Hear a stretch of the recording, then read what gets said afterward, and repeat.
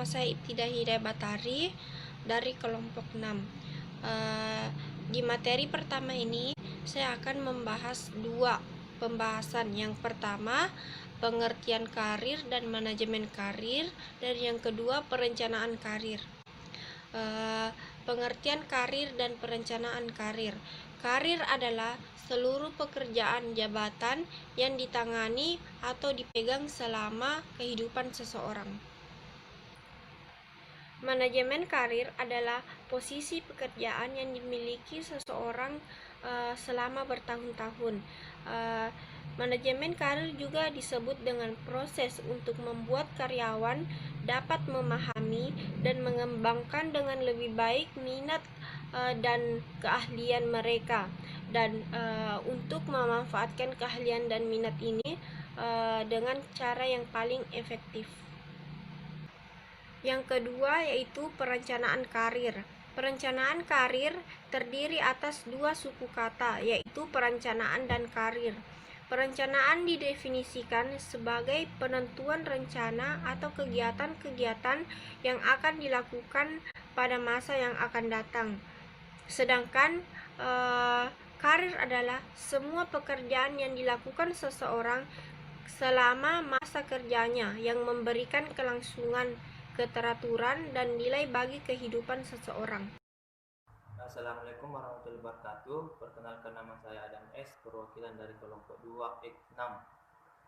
Di sini saya akan melanjutkan materi dari saudari Ibtidah Hidayah Batari, yaitu bagian C, manfaat perencanaan karir. Yang pertama, mengembangkan para karyawan yang dapat dipromosikan ke potensial. Perencanaan karir dapat membantu suplai karyawan internal, terutama karyawan yang potensial. Yang kedua adalah menurunkan putaran karyawan atau turnover. Perhatian terhadap karir individual dapat meningkatkan loyalitas pada organisasi tempat mereka bekerja. Yang ketiga adalah mengungkap potensi karyawan. Adanya perencanaan karir yang jelas mendorong individual untuk mengenali potensi diri masing-masing. Yang keempat adalah mendorong pertimbunan perubahan. Perencanaan karir yang baik mendorong semangat kerja karyawan dan motivasi kerja yang dipelihara atau dapat dipelihara. Yang kelima adalah mengurangi penimbunan. Perencanaan karir dapat membantu karyawan yang tidak berkualifikasi untuk maju. Yang selanjutnya adalah bagian D, pengembangan karir. Yang pertama, pengertian pengembangan karir. Pengembangan karir adalah suatu kondisi yang ditunjukkan adanya peningkatan status seseorang dalam suatu organisasi pada jalur karir yang telah ditetapkan dalam organisasi yang bersangkutan. Yang kedua adalah tahap pengembangan karir. Agar tahap pengembangan karir dapat dilakukan secara efektif, maka program karir harus disesuaikan untuk memenuhi kebutuhan unik individu dalam berbagai tahapan kehidupan dan karirnya. Untuk tahapan pengembangan karir terbagi dalam 3 bagian. Yang pertama, karir awal, yaitu karir awal atau tahapan pembentukan, merupakan tahapan penekanan pada perhatian untuk memperoleh jaminan terpenuhinya kebutuhan di tahun-tahun awal pekerjaannya. Yang kedua adalah tahap pertengahan, kerap kali meliputi pengalaman baru seperti penugasan kasus, transfer, dan promosi yang lebih tinggi atau tawaran dari organisasi lain. Yang ketiga adalah karir akhir, yaitu agar tetap produktif untuk kedepannya. Yang ketiga adalah pengembangan karir secara individual dan organisasional. Yang pertama, pengembangan karir secara individual. Ada 6 perkembangan karir secara individual, yaitu yang pertama, potensi kerja. Kegiatan yang paling penting untuk memajukan karir adalah potensi kerja yang baik.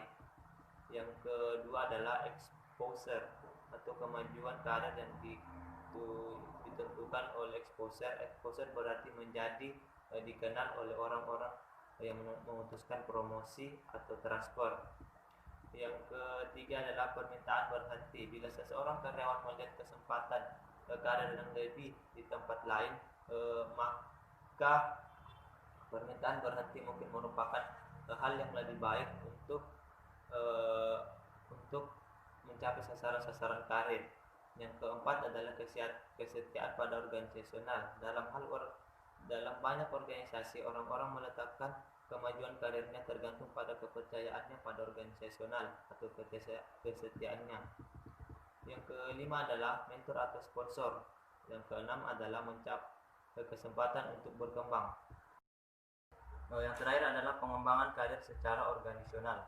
Pengembangan karir seharusnya memang tidak tergantung pada usaha individual saja, sebab hal itu kadang-kala tidak sesuai dengan kepentingan organisasi. Untuk memungkinkan sinkronnya dengan kepentingan organisasi, maka pihak bagian yang berwenang untuk itu, yakni Departemen Personalia, dapat mengatur perkembangan karir para karyawan atau anggota organisasi, misalnya mengadakan program-program latihan, kursus-kursus untuk pengembangan karir dan sebagainya. Mungkin sekian dari saya, kurang dan lebihnya mohon dimaafkan. Wabillahi taufiq wal hidayah. Wassalamualaikum warahmatullahi wabarakatuh.